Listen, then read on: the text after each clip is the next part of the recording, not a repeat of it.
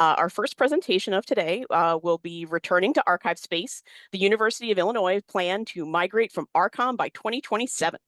Our presenter is Kyle Rimkus. Kyle Rimkus is librarian for digital programs and partnerships with rank of associate professor at the University of Illinois at Urbana-Champaign Library.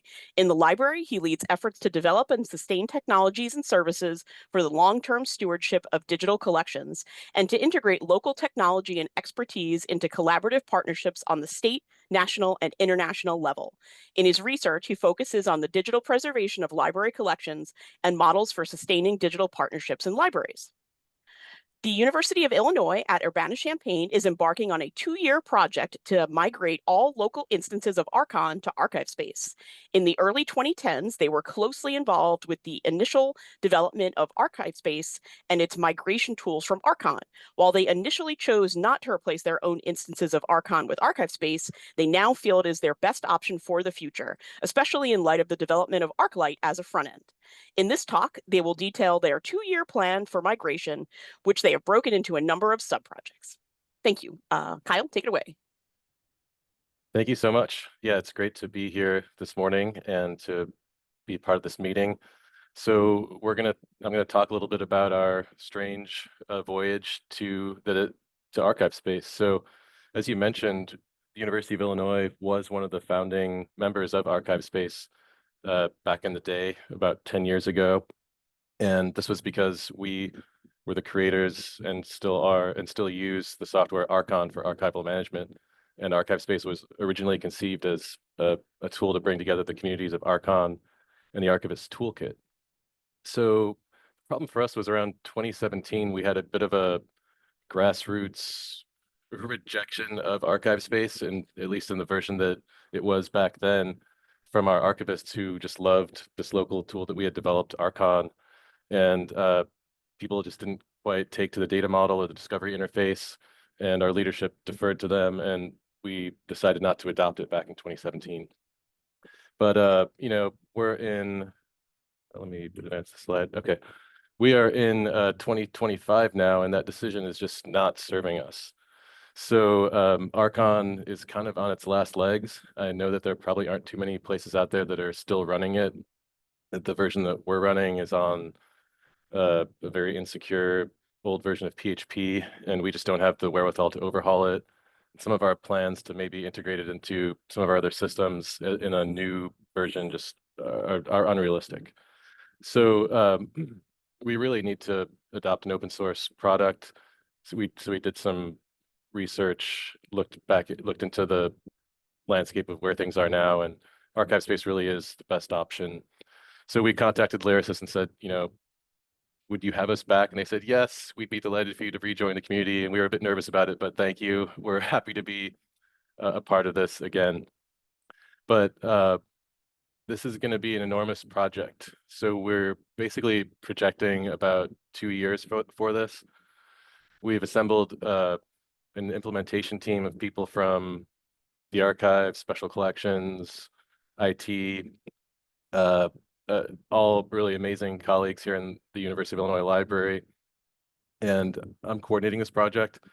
I do have a background in project management, so the first thing that I did with this group was break this project down into a number of sub-projects, which you see on the right side of the screen. And I'm going to go through those today. And I know that this presentation format is designed for us to present new information and for people to ask questions of speakers, but I also have just a lot of questions from the community since we're embarking on this big project, and hope that you all can help advise us or give us some tips on some of these really challenging parts of this project that we're planning for. So the first of our sub-projects is the migration of structured data. So this is really at the core of everything. It's we're kind of differentiating between structured data, that being collection records that are actually in the Archon database, versus what we're calling unstructured data, data that's in documents as attachments. And I'll talk about that in a moment. But so we have an instance of ArchivesSpace up and running here locally. where we're testing the migration scripts that you all have made available. We're doing it first on the American Library Association archives because it's a bit smaller than our other instances. All told, we have 4 instances of Archon with over 11,000 collection records. So we know that this is going to be a very big undertaking. Now, when you do any kind of a data migration, it tends to surface 2 types of problems. One, it'll reveal issues in your own data where people maybe put the wrong data in the wrong field, but it also surfaces problems with the migration script itself. And so we've taken the Archon migration script that's available and have our own branch of it on GitHub, where we're refining it to fix problems that we see as we hit them. Now, I don't know if this is going to be useful to many people anymore because most people have probably already moved off of Archon, but in case it is, it is there on, it will be there as open source on GitHub. So, you know, I'm not going to ask this question now, but as I talk about each of these sub-projects, I do have a question for later that I'm hoping we can return to during the Q&A period, because I'm not going to take the full 25 minutes to talk about this project. But, you know, do you have tips in mind that you've learned from your own large data migrations that we should be aware of, pitfalls or advice? And this would be especially relevant if you've migrated from Archon, but I'm sure that we could learn from people who have migrated from Archivist Toolkit or other places as well. Now, the other part of migration is what we're calling migration of unstructured data. So this is primarily data, mostly container lists that are in word processor files that are attached to collection descriptions in Archon. So there might be a collection description that's an actual Archon record in the Archon database, but the finding aid for the container list is a separate document that was created either in Word or WordPerfect. We had some holdouts of WordPerfect for many years here, but often they were written then to PDF and attached. So we have all told about over 4,000 of these.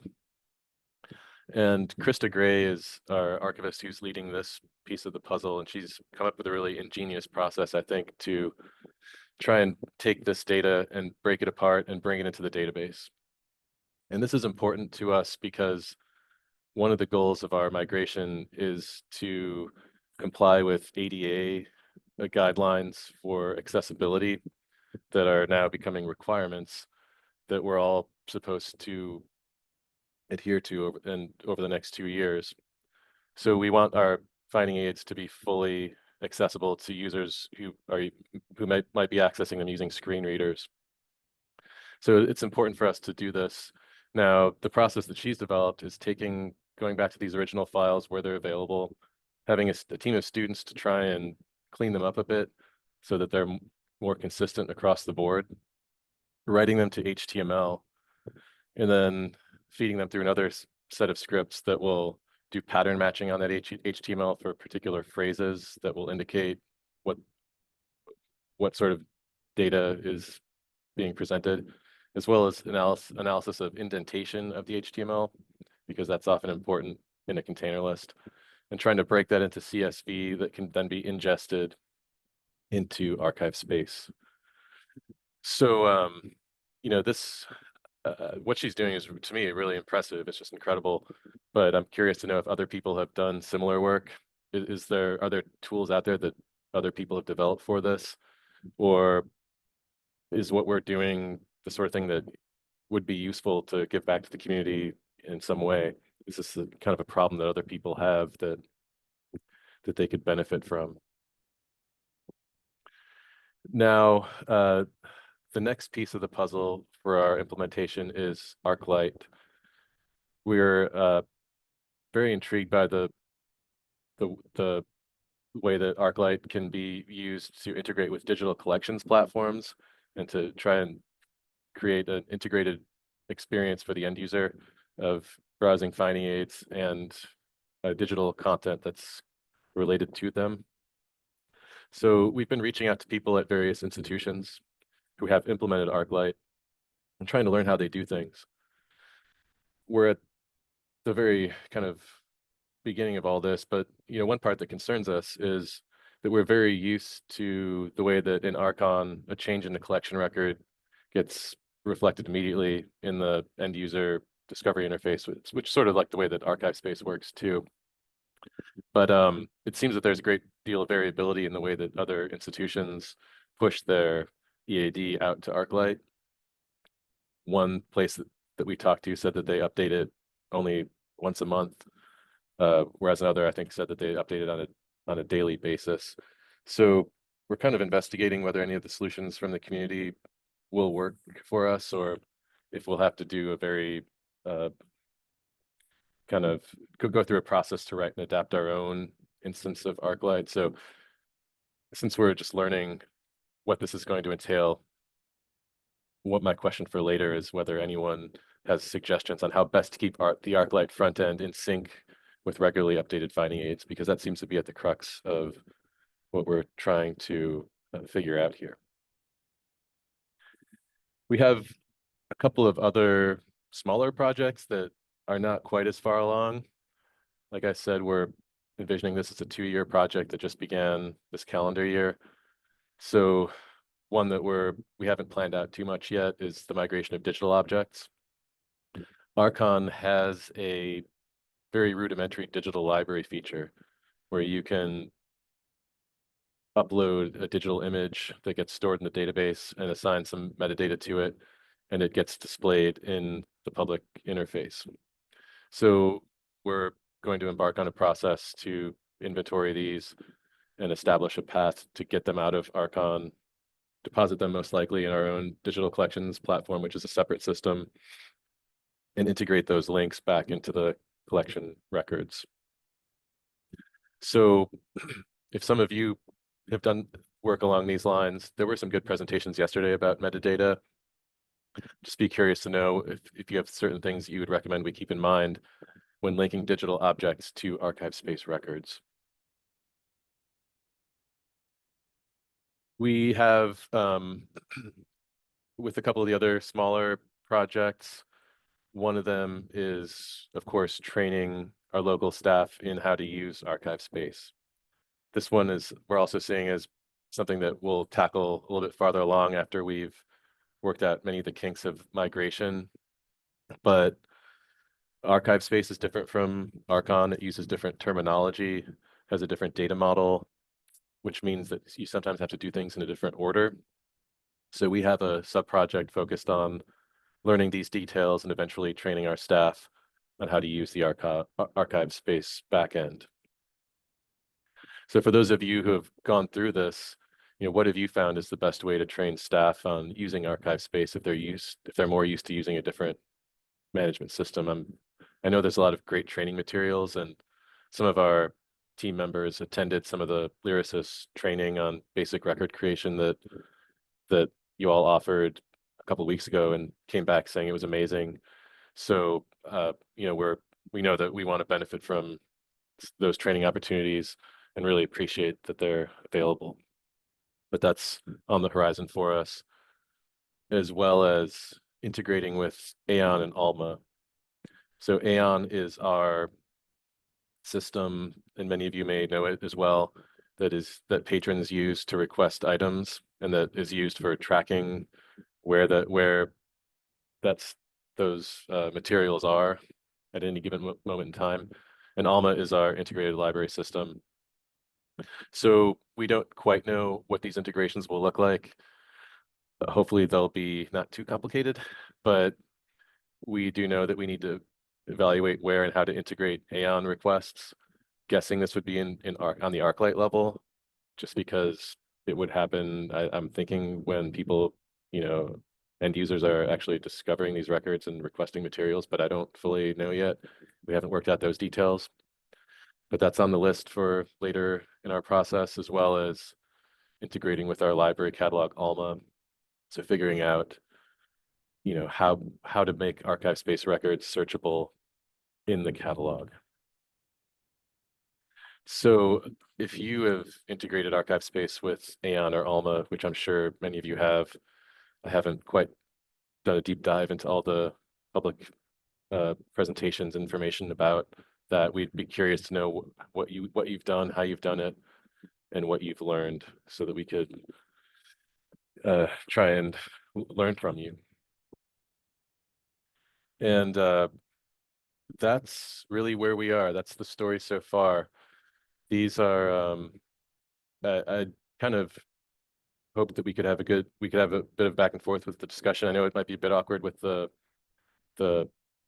format of this webinar, where I'm talking and you all are typing, but we're going to make it work. These are the questions that I have that I had kind of peppered throughout the presentation. So my real interest now would be to use the rest of the time to open it up. And I haven't been looking at the chat or the Q&A, but this is kind of where we are now, and I welcome any discussion.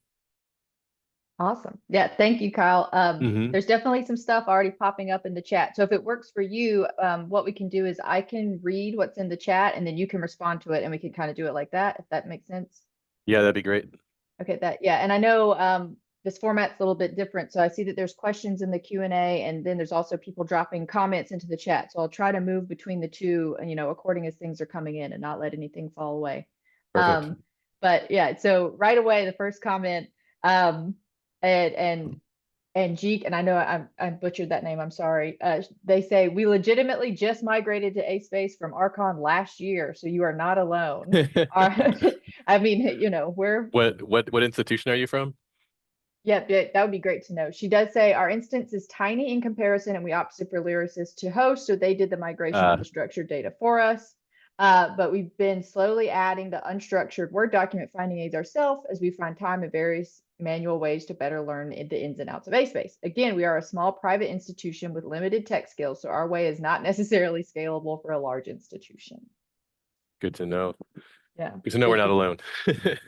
I mean, we're all archivists. We're all family here. Archives move slow. There are plenty of people still using Archon. You're not alone.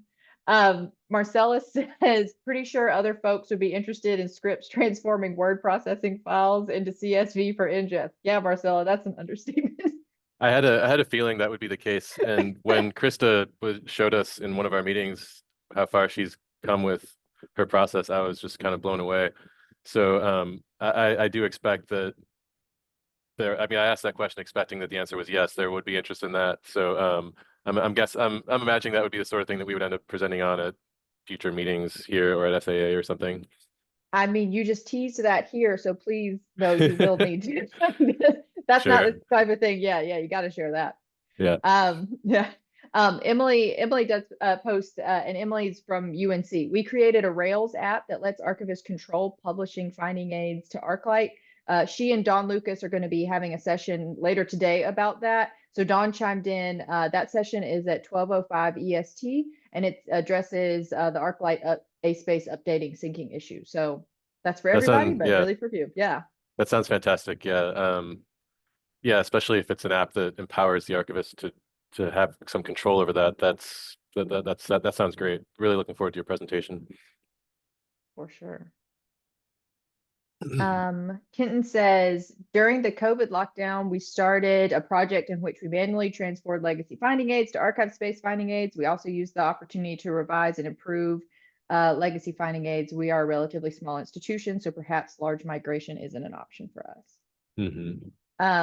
Good. And one point, that's a good point, Kenton. Like during that time period, people were doing a lot to clean up their data and using ArchivesSpace because it's a browser-based system and something you could use from home. So we did do several webinars about large-scale data cleanup and things like that. And while they were very much of the time and very much for 2020 in that moment, there's still a lot of good information there. So that might be worth checking out if you're listening, or Kyle, if you want to check those out. Yeah, I'm curious. I mean, do you remember what some of the big takeaways were from those? That were there common things that many people experienced doing that? I would open that up to comment if people want to talk about lessons learned from big data migration cleanup, but I would say anticipate it taking more time than anticipated and more resources. Yeah, I have heard that before. It's like a home renovation. Patrizia says, I created a step-by-step style guide for our staff, student workers, and volunteers, which that's a very common theme. I do know that we've had sessions before about creating internal documentation, and people have presented at forums before about internal documentation. So if anyone would like to share their own, people are always interested in that. Kenton also created a step-by-step manual for encoding finding aids in ArchivesSpace aimed for both staff and interns. Moving over to a question in the chat, just trying to make sure everything happens at the time. Valerie says, are you sure that Alma can be integrated? Have you seen other instances of it working? An extremely exciting idea on our end as well. And Kevin Clare said, that's my entrance. And yeah, definitely Kevin. Kevin answered, it definitely can. At my last job, we only migrated at the bib record finding aid level for holding records. I left before we could dig into container item integration, but that should be possible too. I have a feeling the approach would be different if you're using ArcLight versus the public user interface of ArchivesSpace though. And I also mentioned that, and again, this was several years ago at this point, we did do a webinar on integrations with ArchivesSpace, different types of integrations. It was a series of webinars, and there is one on Alma. Okay. And yeah, I don't know what level that integration would be. I mean, I was expecting that it would be just sort of a collection description that would be searchable, but we still have a lot to learn about what exactly that would all entail. So I'll go back and take a look at those for sure. Brianna says the ArchivesSpace glossary is really helpful. Folks at my institution were so used to our legacy system. I added some definitions in a local glossary based on questions about specific terminology. That's a good point, Brianna or Bree. Good to know. So people in the chat are asking Kenton for access to documentation. So again, if you have documentation, internal documentation you're willing to share, people are always interested in that. And Angique provided that she's at the Catholic Archdiocese in Atlanta, so a smaller institution, but still migrating from Archon. Sarit says, same here, small archive, manually migrating Word docs to bulk importer spreadsheets is how I slowly, painfully am getting them into ArchivesSpace. However, I have found it is important to do quality checks to make sure those finding aids are accurate and up to date. Almost every collection I have worked on so far had at some point some minor reprocessing and the Word document had not been updated. I have to spend time making sure everything aligns. That's a good point, Street. Mm-hmm.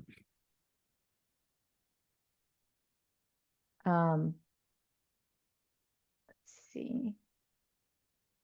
Anthony says, out of curiosity, what software are you using to parse WordPerfect documents? Goodness, I'm not sure. I very likely gets written to Word and then to HTML, but I'm not positive. I'd have to follow up on that, unless Krista is in the chat and can answer that. So I don't know. But Valerie says, when you say, I read that one. Wait, no. When you say word processing files, are those standardized in format at all? I'm sure if so, there must be a script that could transfer it, but I have no clue how to go about it.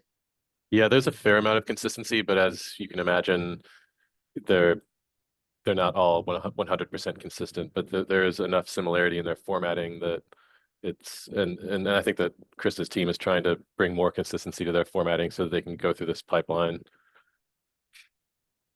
But when you have multiple archivists creating container lists from different archival units, they're not all going to be doing things the same way.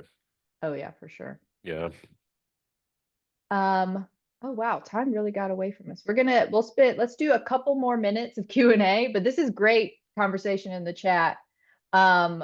Lots of people saying local documentation is really important. Bree makes a great point of holding regularly scheduled office hours as a way to help your staff, which I think is interesting. And as you pointed out, training. Everyone here is an ArchivesSpace member. You get a discount on ArchivesSpace training. So if you're interested in training, be sure to sign up. Let's see. Okay, I'm going to read this because it has multiple all caps words. 2 words of warning and what not to do from someone who has made mistakes and tried to fix the mistakes of predecessors. CSVs do not like diacritics. So finding aids in other languages are extra hard to get into ArchivesSpace using CSV. Do not delete the Archon data until after you have done your quality control checks. That's a great point. Yes. Oh yes, diacritics. We're having problems with them in some of our other systems, so well aware of that, but thank you. Joshua Shaw says Aon offers a plugin that allows requesting from the PUI that can be used as a model for other systems for enhancing multiple requests. Our problem with Alma is that it's really geared toward non-hierarchical data, and doesn't really match up to the archives model, where you're using it for an integration with Aon and are syncing data between ArchivesSpace and Alma, though it's a work in progress. What institution is that person from? Oh, Joshua, you are, I'm going to say the wrong place. I'm going to say Rutgers, but I'm wrong. But chime into the chat. Yeah, if you could drop in the chat, I wouldn't. Yeah. Maybe I'll follow up with that person later on, because I'll take a closer look at the chat later. But that wherever you're from, that sounds really interesting. Sounds like you know a lot about some of these things that we're dealing with. I'm going to say Joshua definitely does. Sarah says, a previous institution I worked at used the ArchivesSpace OAI PMH importer for collection level records into Alma. That's interesting. Okay.